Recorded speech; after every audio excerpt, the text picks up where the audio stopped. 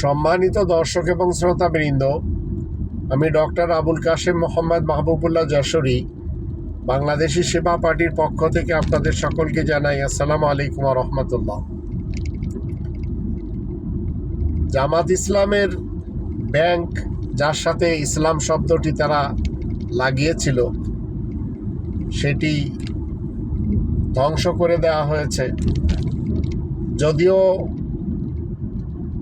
পৃথিবীর অনেকেই জানতো যে বাংলাদেশে ইসলামী ব্যাংক রয়েছে, কিন্তু বাংলাদেশের ইসলামী ব্যাংক সেটা যে সব ব্যাংকের মতো, সেটা শিক্ষিতরা ছাড়া বাকিরা কেউ জানে না। তবে এই ব্যাংকটি হাসিনার এবং তারেক জিয়ার পক্ষ থেকে যে ধ্বংস করে তারাই নিয়ন্ত্রণে নেবে, এটা তারা কখনো ভাবেনি।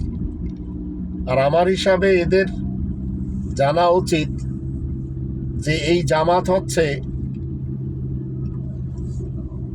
খুনি হাসিনার বি টিম, এখন তারেক জিয়ার বি টিম।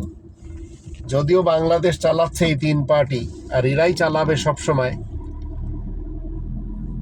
প্রধানমন্ত্রী বিএনপির, প্রেসিডেন্ট আওয়ামী লীগের, আর জামাত শিবির হচ্ছে বিরোধী দল।